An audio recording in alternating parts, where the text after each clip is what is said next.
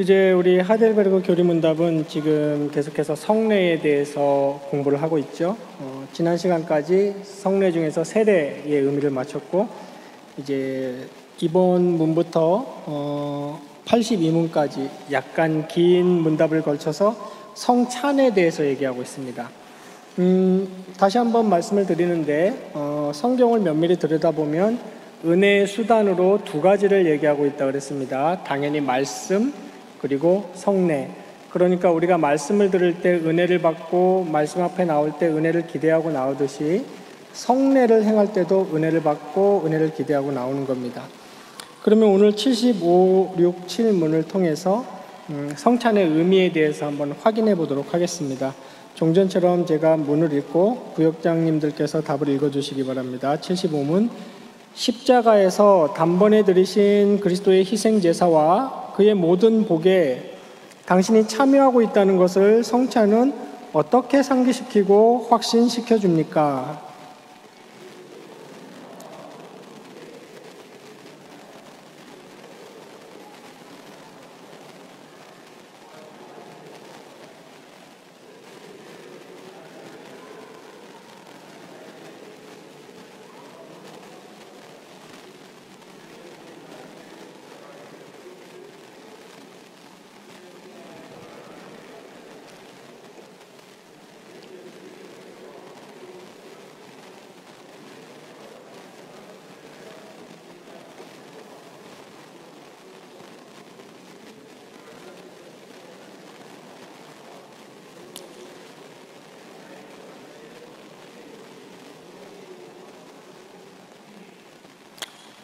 감사합니다. 여기 75문의 전제가, 중요한 전제가 그리스도의 희생제사 그리고 그리스도의 모든 복에 저와 여러분 우리 신자가 참여하고 있다, 이것을 일단 전제로 했어요. 전제로 했는데 그 축복, 구원의 축복을 상기하고 확신시켜 주는데 말씀은 당연히 그것을 하죠. 이 은혜, 말씀 앞에 은혜를 받는다는 것이 좀 전에 우리가 확인한 그리스도의 희생제사와 그의 복에 우리가 참여하고 있다는 것을 말씀은 상기시켜주고 확신시켜줌으로써 우리가 말씀 앞에 은혜를 누리듯이 똑같이, 정확히 똑같이 성찬도 그 일을 하는데, 그러면 성찬은 어떻게 그 일을 합니까? 그랬습니다. 그러니까 우리가 먼저 확인해야 될 것은 주님께서 복음 전파, 말씀 선포를 명령하신 것과 똑같이 성찬의 시행도 명령을 하셨다는 거예요. 그러니까 이 성찬은 주님께서 제정하신 거고 주님께서 명령하신, 주님이 은혜 주시는 방법입니다. 질문의 요지는 그러면 말씀과는 달리 성찬은 어떻게 이것을 합니까? 그랬습니다. 답을 간단히 정리해 보자면 우리의 시각과 우리의 미각, 시각과 미각을 활용해서 이 일을 해준다는 거예요. 그러니까 우리가 그리스도의 희생제사에 참석하고 참여하고 그의 복에 참여하고 있음을 우리가 시각적으로, 우리 미각적으로 다시 상기되고 다시 한번 확신하게 된다는 건데, 중요한 전제가 있죠. 당연히 의식, 떡, 즙, 미각, 시각, 이 자체가 은혜를 가져오는 것은 전혀 아닙니다. 당연하죠. 은혜를 가져오는 핵심 요소는 성령의 역사입니다. 그러나 하나님께서 복음적 내용을 성령이 역사하실 때 사용하시는 중요한 방법이 이 시각과 미각입니다. 오늘 답이 말해주듯이 떼어지는 떡과 부어진 잔을 보면서 그리스도의 우리를 위해서 찢기신 몸과 우리를 위해 흘리신 피를 다시 상기하고 확인하는 겁니다. 그리고 그 떡을 실제로 받아 먹고 그 잔을 마시면서 예수님이 하신 말씀대로 이 몸을, 너희가 내 몸을 양식으로 먹고 내 피를 마신다라는 이 굉장히 영적이고 굉장히 차원적인 세상의 그런 물질 개념 가지고는 이해할 수 없는 그 은혜의 일, 은혜의 사실을 이 성찬을 통해서 우리는 감각적으로 확신을 하게 되는 겁니다.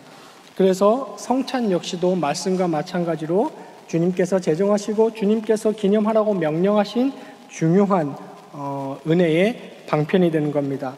그러므로 저와 여러분이 말씀을 들으러 말씀 앞에 나올 때나 성경 말씀을 필 때 은혜를 기대하듯이 성찬 앞에 나올 때도 우리의 시각과 미각을 이용해서 성령의 역사로 일으켜 주시는 은혜를 기대하고 충분히 누려야 합니다. 계속해서 좀 더 구체적인 질문을 하네요. 76문을 제가 읽어보겠습니다. 십자가에 못 박히신 그리스도의 몸을 먹고 그의 피를 마신다는 것은 무엇을 뜻합니까?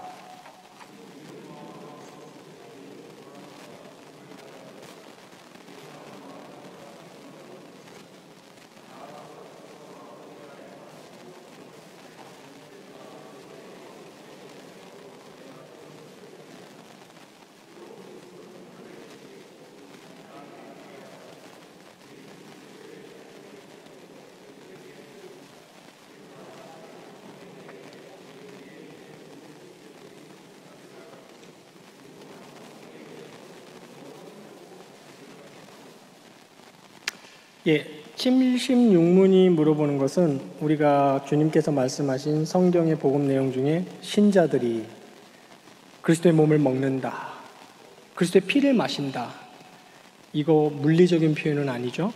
그러나 여러분이 꼭 기억하셔야 됩니다. 사실입니다. 사실, 팩트입니다. 그러니까 극히 영적인 표현이죠. 그리고 굉장히 고차원적인 표현입니다.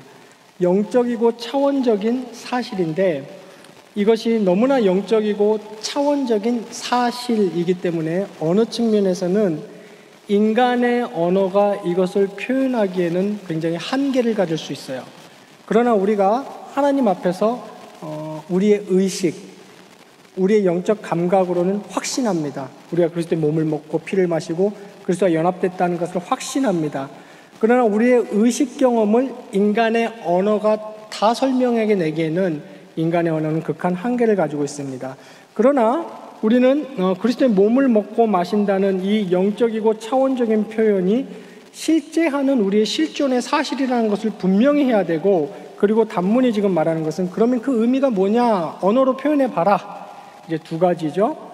그리스도의 몸을 먹고 피를 마신다는 것은 죄 사함을 받고 영생을 누린다는 것을 의미하고, 두 번째는 우리 신자가 그리스도와 연합되었다는 것을 의미합니다. 제가 여러 번 말씀드렸지만 기독교 복음에서는 신자가 그리스도와 연합을 이뤘다는 것은 핵심 개념, 복음 중의 복음이라고 말씀을 드렸는데 이건 역시 굉장히 영적이고 차원적인 사실입니다. 물리적인 프레임이나 물리적인 해석의 틀, 1차원적이고 2차원적인 해석의 관점을 가지고는 이 복음, 기독교의 복음의 진리를 해석하고 이해할 수는 없어요. 그러나 우리는 성령이 함께 하시는, 성령이 주시는 지혜로 말미암아 확신하고 이해할 수 있습니다. 제가 거기 주보 밑에 이제 간단히 정리해 봤는데, 우리가 이런 영적이고 차원적인 표현을 이해할 때 우리는 우리가 일상적으로 사용하는 논리적 원리나 법칙의 관점에서 이해할 수는 없습니다. 이것은 중생인의 의식에 의한 영적인 관점에서 확신하고 받아들일 수 있습니다. 중요한 것은 일상적인 논리적 원리와 법칙은 극히 유용하고 필요한 것이지만 이 점을 기억해야 됩니다.